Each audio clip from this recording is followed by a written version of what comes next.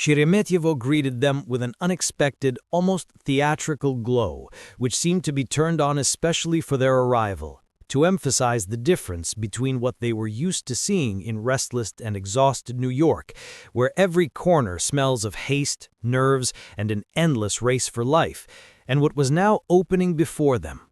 A calm, confident, cold, but somehow surprisingly alive space in which every lamp, every metal panel, every neat counter seemed to be part of a huge mechanism, working without failures and without fuss, as if the country itself had decided from the threshold to show them that it has its own order, its own rhythm, and its own dignity. Teacher Michael Anderson walked ahead, adjusting the strap of his bag and trying to maintain the look of a person who is hard to surprise, because over the years he had seen airports so different, from the insane crowding in Los Angeles to the sterile terminals in Singapore, that he could usually guess the atmosphere of a place even before the plane landed. But now he felt a strange sense of slight anxiety, as if the reality around him was too neat, too clean, too precise, and he could not shake the feeling that he had ended up on a set created by someone's meticulous hand.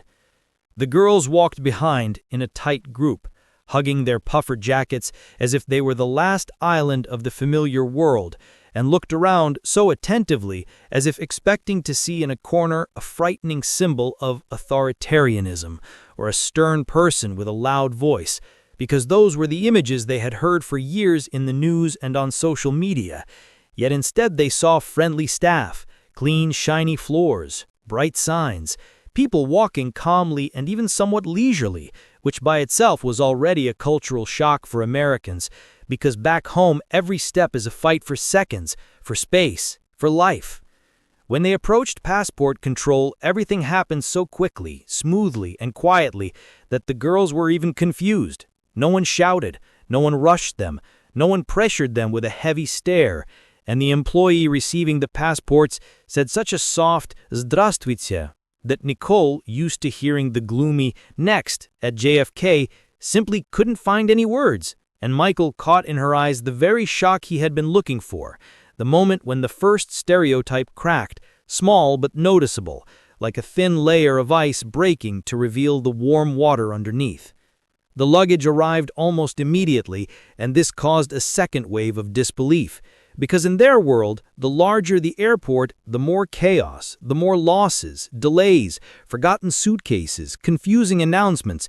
But here, everything looked as if their arrival had been prepared for in advance, and Michael, slightly embarrassed by his own thoughts, caught himself beginning to look at everything not as a mentor, but as a traveler, who no longer tries to pretend he understands everything, but simply observes and marvels.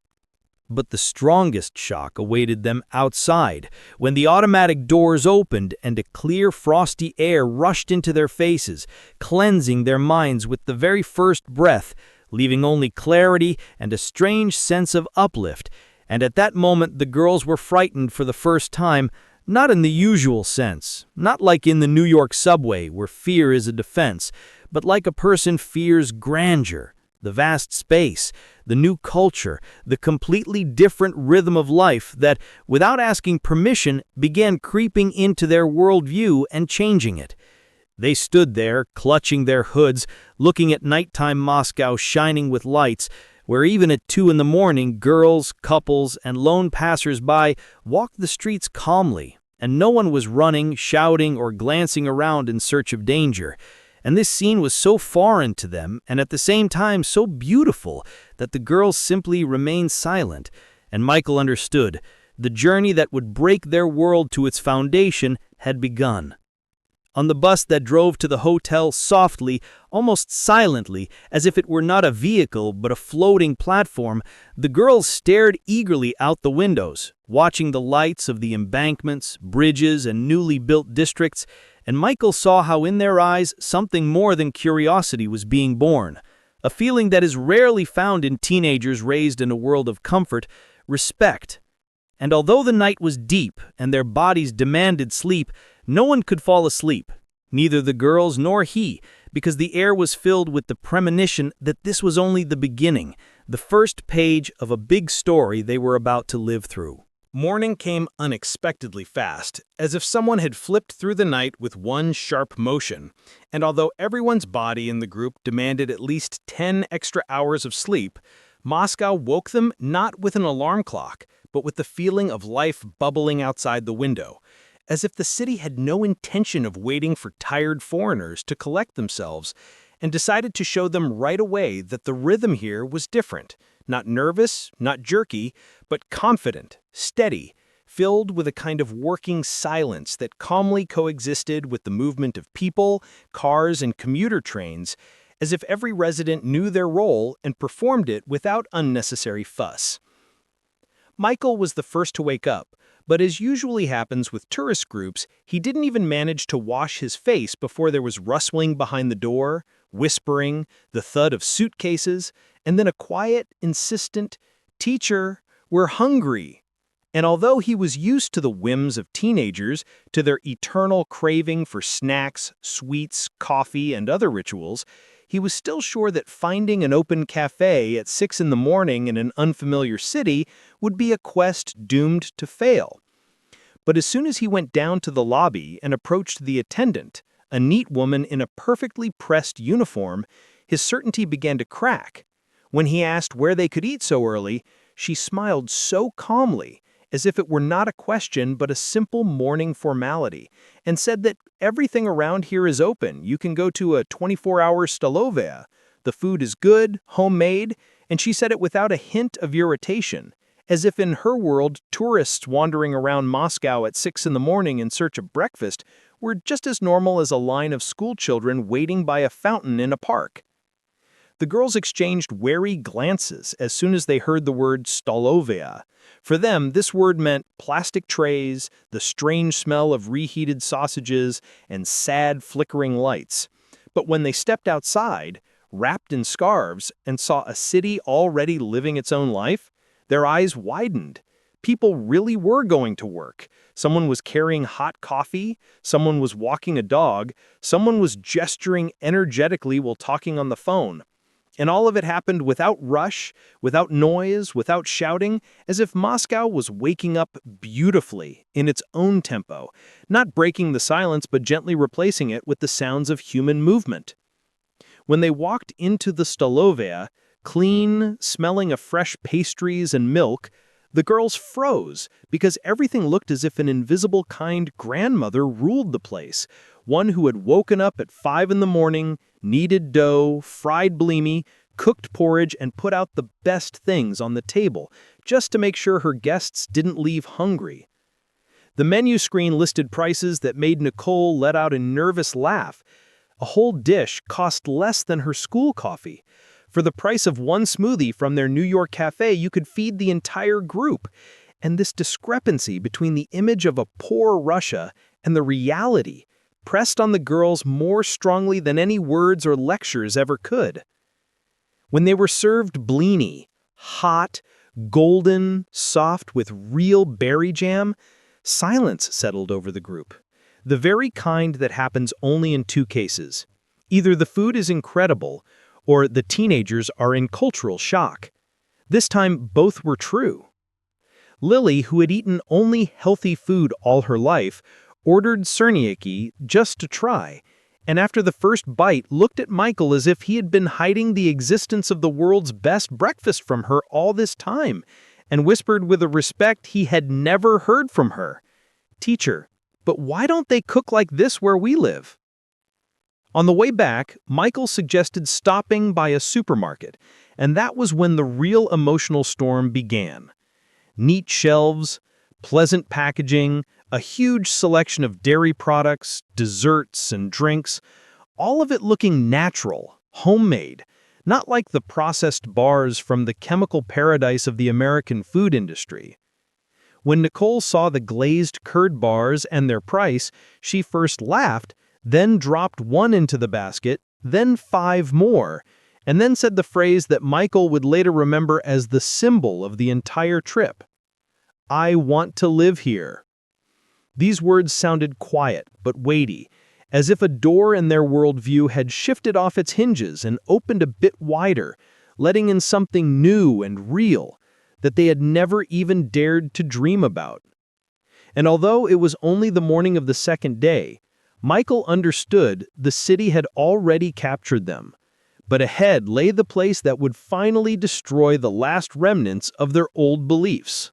When the group came out of the metro, climbing the wide steps that echoed with each girl's footsteps, it turned out that no photographs, posts, guidebooks, or blogs could prepare a person for the moment when the panorama of Red Square opens before them for the first time.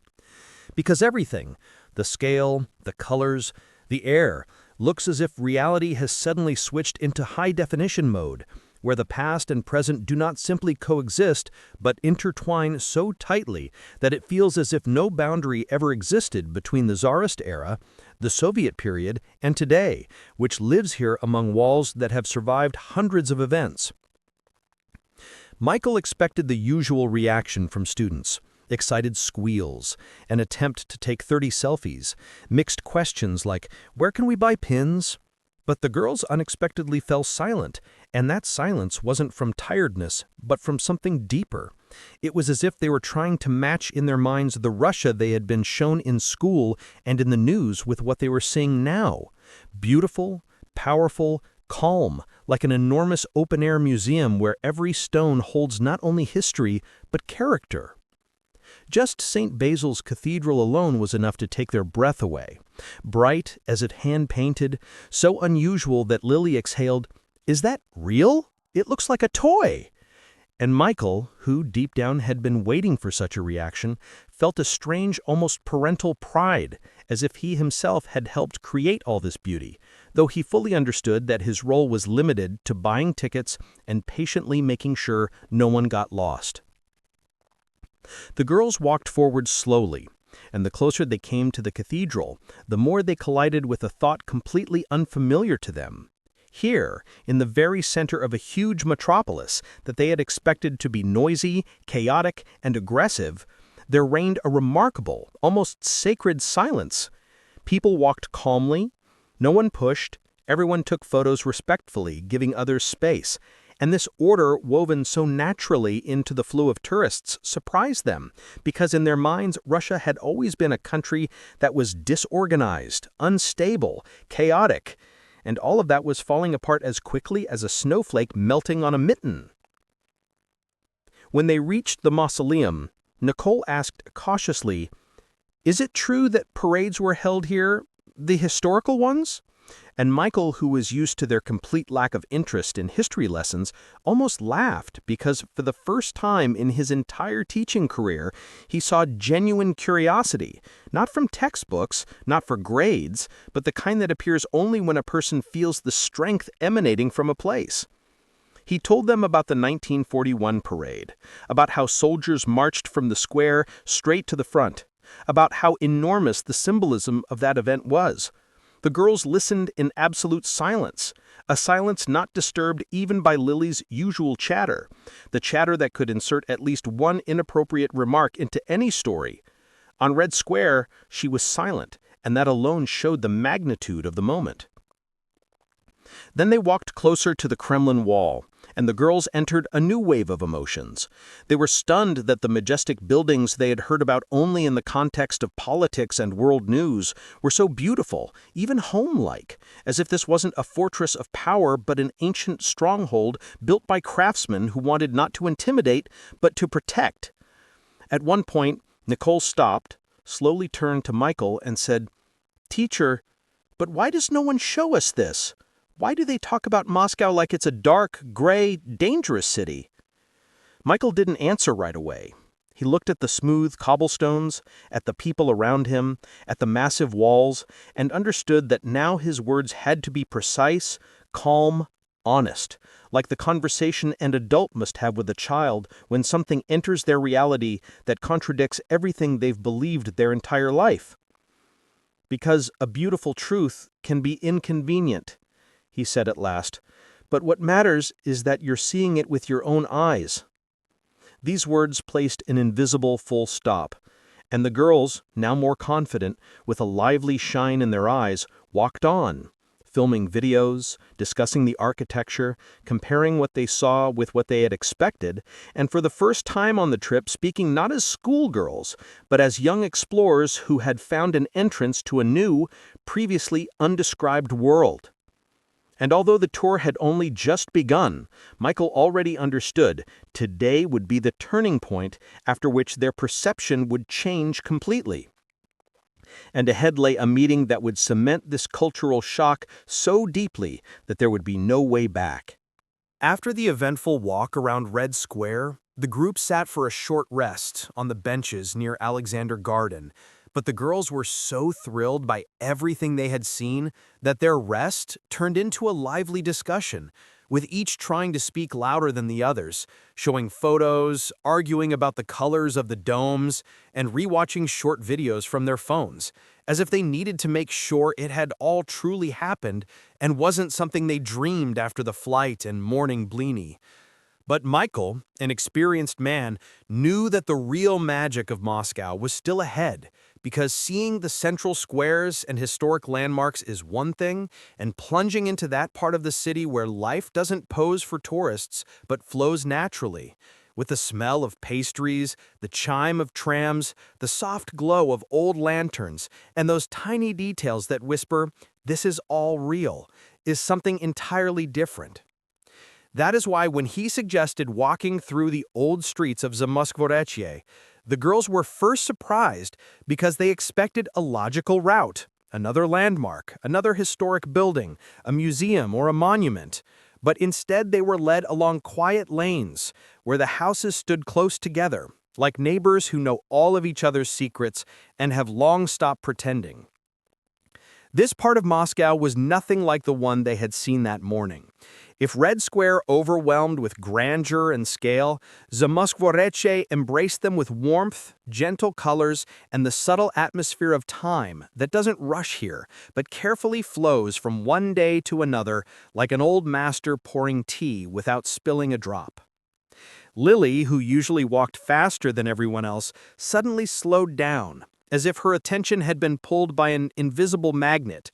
Clean facades, ornate window frames, old enamel house number signs, all of it looked as if the street had intentionally arranged itself so that a foreigner could see in it not something exotic, but a living heritage still carefully preserved. "It's like a tiny European town, only calmer," Nicole said as she looked around, and those words, spoken without a hint of condescension, sounded almost like a confession. Their route then led to one of the most delightful points of the walk, a small family cafe known mostly to locals. The hotel administrator had recommended it to Michael, assuring him that they cooked like at home, only better, which for American students sounded both intriguing and risky. But as soon as they stepped inside, the girls seemed to dissolve into the atmosphere. Warm lamplight, the smell of cinnamon, old photographs on the walls, wooden tables covered with cloth napkins, and quiet music that didn't interrupt conversation but added a soft background to it. The owner, a petite woman with a smile that made you feel warm, like a blanket drying by the radiator, greeted them as if they were her granddaughters returning from a long trip. She didn't hurry, didn't fuss, but spoke in that calm, confident voice rarely found in big cities, where people are used to speaking faster than they think. She brought out the menu, and the girls froze before a new challenge. No familiar burgers, pasta, or bowls. Instead, shchi, kotlets, rustigai, tisel, and dozens of dishes whose names sounded like riddles to foreigners. Michael, seeing their confusion, reassured them. Just choose the first thing that appeals to you. It's impossible to go wrong here. And indeed, when hot broth, aromatic pies, fluffy mashed potatoes, and real herbal tea were placed on the table, the girls ate in silence, with the kind of reverent focus that turns cafe visitors into explorers of taste, and food into a cultural revelation. "This is," Lily began but couldn't find the words, just waved her spoon and closed her eyes. After lunch, the owner, as if reading on their faces genuine interest, told a short story about how her family had run this cafe for nearly 20 years, how recipes had been passed down from grandmothers, how each dish had gone through the hands of several generations. And in that moment, the girls saw what they had never paid attention to before. Behind architecture, history, and culture, there are always people, simple, warm, real. And they are the ones who create that very feeling of another country, which cannot be conveyed by books or photos. When they stepped back outside, Moscow greeted them no longer as tourists, but as guests who had seen it with their hearts. And at that moment, Michael understood. They would return from this trip changed, older, broader, softer. And ahead awaited an event that would make this transformation final and irreversible.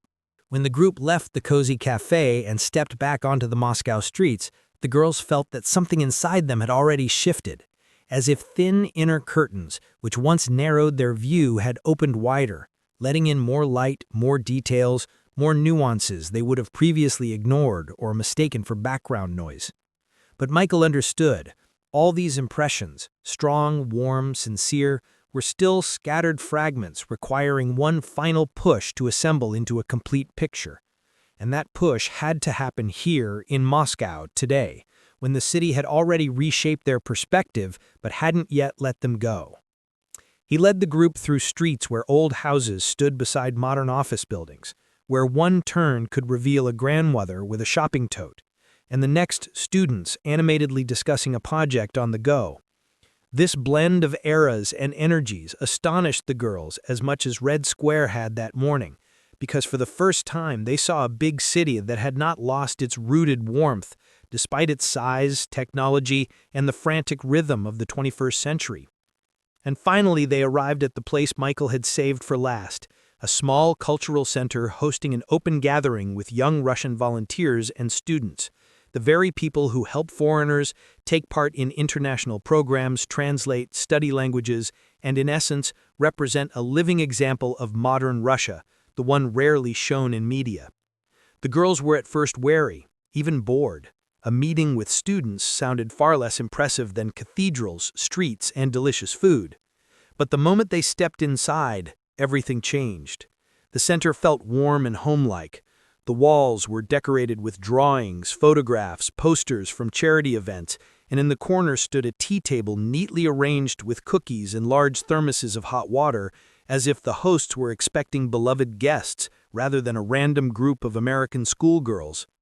The meeting began simply. A few Russian students, boys and girls, ordinary, without pretension, without a desperate need to impress, approached them, greeted them, asked questions while awkwardly stumbling over English idioms, and the girls relaxed almost instantly because these kids felt painfully familiar, just as emotional, talkative, curious, with the same jokes, worries, and ambitions. But the defining moment came a bit later when the conversation turned to how Russia looked through the eyes of foreign teenagers. Nicole, usually reserved, suddenly spilled out an entire confession. "We thought everything here would be gloomy, dangerous, that people walked around frowning, that the food was scary, that everything was old." And she suddenly blushed, as if only now realizing how ridiculous that sounded after everything they had seen. The Russian students exchanged glances, but instead of offense, a soft, understanding smile appeared in their eyes, the kind that doesn't accuse but invites an honest conversation. One of them, Andre, a history student, said calmly, "We know that's what people say about us, and yes, it can be hurtful. But what matters more to us is when people come and see everything with their own eyes. That's more honest than any news." These words were so simple yet so precise that Michael felt them land squarely in the girls' hearts, without grand speeches, without pressure, without trying to prove anything. The conversation lasted almost an hour. They talked about schools, prices, traditions, about how Russian families gather at the table, about volunteering, about future plans. The girls listened eagerly, sometimes asking questions, sometimes sharing their own thoughts. And between the two groups, who that morning had looked at each other cautiously, a surprisingly light, warm, human connection formed, the kind that appears only when people meet without agendas, without political noise, without stereotypes. By the end of the meeting, Lily, who usually kept a slight emotional distance, suddenly said quietly but clearly, "I thought we were so different, but we're so similar." And in that moment, Michael understood this was the puzzle finally completed, the point of no return after which the girls would never go back to their old stereotypes, even if someone tried to convince them otherwise. They met real people, heard real voices, felt an atmosphere impossible to fake. When the meeting ended, the Russian students gave them small souvenirs, pins, postcards, a few even added playful notes in Russian. The girls left looking as if they had come back from a big party where they'd met old friends they never knew they had. Outside, under Moscow's soft evening light, Michael took a deep breath and realized that today had been a true turning point. All that remained was to watch how the new perception would grow inside them, like a fresh sprout pushing through the soil. But the night still lay ahead, the last important warm night, and it had prepared one more vivid experience for them. After a day full of impressions, encounters, discoveries, and those quiet moments when a person's inner world expands just a little, the group returned to the hotel closer to evening. But the girls were so energized that time seemed not to shrink toward nightfall, but instead unfold forward, offering more possibilities if only they were ready to take them. Michael saw in their faces that this would not end with, "Let's go to bed, tomorrow is a new day." In each girl's eyes flickered that anticipation which appears when someone senses they are on the verge of something important, as if one final puzzle piece, one final stroke, one final chord of the day was waiting to be revealed. And of course, he was right. They hadn't even reached their rooms when Nicole burst into the hallway, wrapped in a scarf as though ready to run straight into an adventure, and declared with such certainty that arguing was pointless. "We have to see Moscow at night, now, before everything settles, while the emotions are still alive." And although Michael had his reasons to keep things orderly, he understood there are moments when pedagogical strictness destroys the magic rather than preserves order. And besides, he himself wanted to show them the capital as it lived in the late hours, airy, glowing, soft, endlessly calm, like a city firmly grounded on its centuries-old legs, unafraid of the night. They stepped outside, and the girls immediately grew quiet. Moscow in nighttime lighting looked like a set from a film with a massive budget.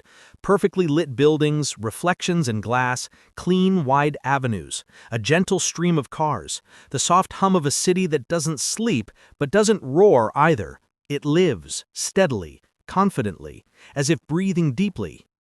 When they reached the embankment, the view that unfolded before them was the kind that could change someone's worldview better than any lecture.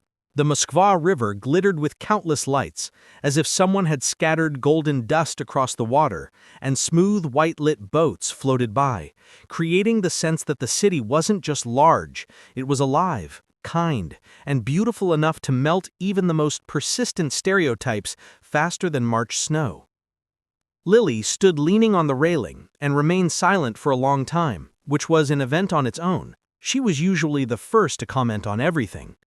But now she quietly breathed out, "This is the safest, calmest, most beautiful place I've ever been at night." And there wasn't a trace of exaggeration in her words. Instead of the fear they expected, raised on an overseas image of Russia, they were surrounded by tranquility, order, and the feeling that everything here was in its place and protected, not by force, but by the city's very nature. They walked further, toward Zaryadye Park, where the nighttime lighting made the stroll feel almost magical. The glass bridges glowed, the trees were softly lit from the below, families walked together laughing, taking photos, and the girls, without noticing, blended into the evening city stream as though they had become part of it.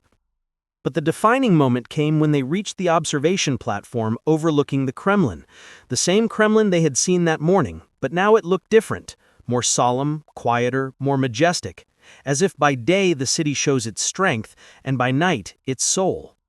Nicole marveled at the silence, which here, at the heart of a massive metropolis, was so soft that you could hear the wind brushing through your hair. "Teacher," she said slowly, almost whispering, "I thought Russia was dangerous, that it was scary here. But this is just beautiful, truly beautiful." Michael looked at the girls. Their faces were glowing not from the lights, but from the warmth within, from wonder that doesn't fade while a person is still capable of learning. And at that moment, he understood that the night was completing what the day had begun.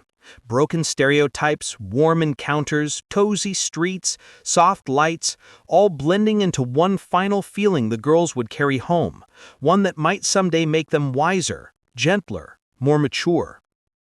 They stood silently, gazing at nighttime Moscow, and each of them understood in her own way. The world is much wider than it seems. People are much kinder than what is said about them. And travel is not just movement across a map, but an inner turning point that sometimes happens at night, and a quiet place where the city speaks to you without words. When they returned to the hotel, no one wanted to go to their rooms. The sense of something big, important, quiet, and personal held them together like shared warmth after a long conversation by a fireplace. And that is how the night ended, the night that changed them completely. But ahead lay the journey home, and every transformation must be tested by reality. The morning of departure always carries a strange blend of anticipation and sadness, as if you're not packing a suitcase with your hands, but with small pieces of your soul, leaving something behind in a city that suddenly became dearer than you ever expected. The girls woke earlier than the alarm, not because they feared missing the flight, but because sleep itself seemed unwilling to take responsibility for breaking their bond with the Moscow that, in just a few days, had become something like a wonderful friend, unexpected, kind, calm, as if meeting them somewhere along a long road and saying, "Don't be afraid, the world isn't as scary as you've been told." Michael watched them pack souvenirs, postcards, the very pins given to them by the Russian students, and he saw a new expression on their faces, a quiet thoughtfulness that appears only after a profound emotional experience. This wasn't just, "I liked the city," not the touristy, "I want to return someday." It was deeper, as if someone had gently pushed their inner walls outward, expanding the space inside, leaving a warm room they could never close or forget, even if they tried very hard. On the way to the airport, they stared out the bus windows, catching the streets, shops, parks, ordinary people with their eyes, and every time a new detail passed by, the girls exchanged glances, as if trying to memorize as much as possible, not for photos, but for themselves, so that later, once home, they wouldn't forget that the real Russia didn't match textbooks, news stories, or the images shaped by someone else's fear. While passing through check-in, Nicole, usually confident, suddenly shrank a little. Looking at the airport staff, calm, polite, welcoming, she quietly said, "We're leaving, but I feel like I didn't see everything, like something stayed behind the scenes." And Michael, who always tried to keep himself composed, felt a strange tingling beneath his heart, the feeling that all his work, all the sleepless nights, planning, worrying, had paid off with one simple admission from a teenager, spoken without a trace of theatrics. The flight passed quickly, but internally, unbearably heavily. The girls didn't watch movies, didn't chat, didn't behave as usual. They sat quietly, sliding their fingers across their phone screens, re-watching photos, videos, small notes from their new friends, as if fearing that landing would wipe their memories clean. But the real shock awaited them not in the air, but at home, on the threshold of their ordinary lives. When they came out into the JFK terminal, their parents were already there, excited, smiling, with signs, hugs, questions. The girls rushed to them, but what happened next was surprising. Usually, teenagers begin to chatter uncontrollably, trying to tell everything at once, tripping over their own words. But this time, each girl hugged her family tightly, truly having missed them, yet remained silent. This silence felt like an attempt to protect something fragile that had been born in Moscow, to keep it from scattering, to prevent casual words from destroying everything that had grown inside them over these days. On the way to the airport, they stared out the bus windows, catching the streets, shops, parks, ordinary people with their eyes, and every time a new detail passed by, the girls exchanged glances, as if trying to memorize as much as possible, not for photos, but for themselves, so that later, once home, they wouldn't forget that the real Russia didn't match textbooks, news stories, or the images shaped by someone else's fear. While passing through check-in, Nicole, usually confident, suddenly shrank a little. Looking at the airport staff, calm, polite, welcoming, she quietly said, "We're leaving, but I feel like I didn't see everything, like something stayed behind the scenes." And Michael, who always tried to keep himself composed, felt a strange tingling beneath his heart. The feeling that all his work, all his sleepless nights, planning, worrying, had paid off with one simple admission from a teenager, spoken without a trace of theatrics. The flight passed quickly, but internally, unbearably heavily. The girls didn't watch movies, didn't chat, didn't behave as usual. They sat quietly, sliding their fingers across their phone screens, re-watching photos, videos, small notes from their new friends, as if fearing that landing would wipe their memories clean. But the real shock awaited them not in the air, but at home, on the threshold of their ordinary lives. When they came out into the JFK terminal, their parents were already there, excited, smiling, with signs, hugs, questions. The girls rushed to them, but what happened next was surprising. Usually, teenagers begin to chatter uncontrollably, trying to tell everything at once, tripping over their own words. But this time, each girl hugged her family tightly, truly having missed them, yet remained silent. This silence felt like an attempt to protect something fragile that had been born in Moscow, to keep it from scattering, to prevent casual words from destroying everything that had grown inside them over these days. On the ride home, each sitting in their family's car, the parents began asking questions: what they saw, what they ate, what they liked. If it was cold, safe, scary, interesting. And here, the girls felt the clash of two worlds for the first time.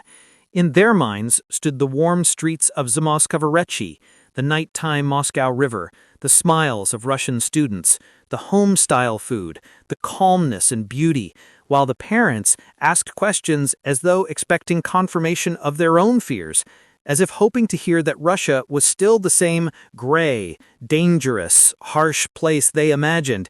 And each girl felt a small click inside. The moment when you realize that the real world you saw and the world others imagine may not match at all. Lily was the first to break this tension. When her mom asked, "Well, was it at least not scary there?" She turned away from the window, looked straight at her, and said slowly, very calmly, "No, it was beautiful. People were kind. It felt right."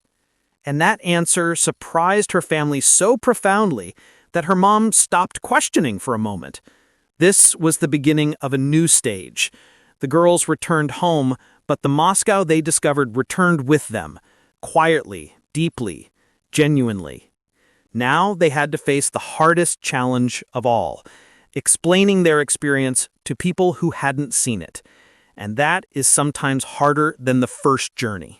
The first days after returning always feel like a strange negotiation between past and future. The body is home, but the mind still strolls through Moscow, as if still sitting in that cafe at the old wooden table, drinking tea from a steaming cup and listening to the slow evening drifting along the street outside. The girls tried, of course, to switch back into their familiar lives: schoolwork, clubs, daily routines, friends. But everything felt a bit dimmer, as if someone had lowered the brightness of the world, leaving only its outlines. Each of them tried to talk about the trip, but the attempt was unexpectedly harder than they imagined on the plane. Nicole went first. During break, she was immediately surrounded by classmates expecting shock content, scary stories, something exotic. But she, honest as always, began telling them simply and directly about people who turn out to be open, about the city's incredible calmness, about how safe they felt in the metro late at night, about laughing with Russian students, about how no one was rude, no one glared, no one argued just to argue. And then something unexpected happened. Her words seemed to dissolve in the air.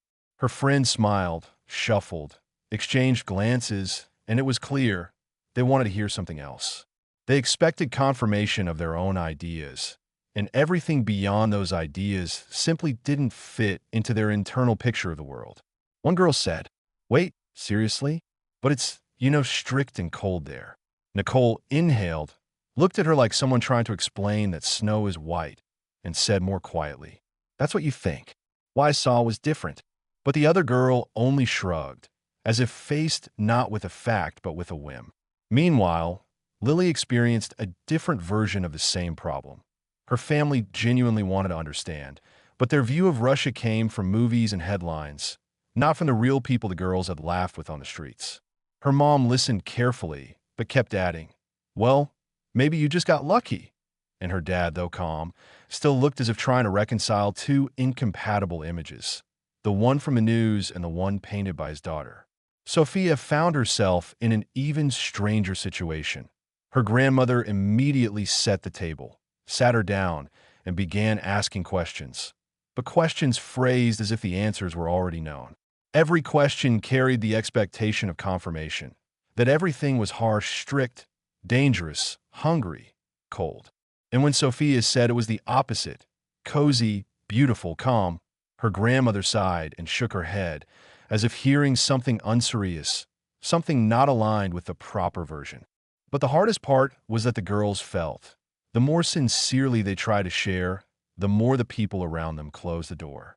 No one said outright, "You're wrong," but the looks, the faint smiles, the quick change of subject, all of that shouted louder than words.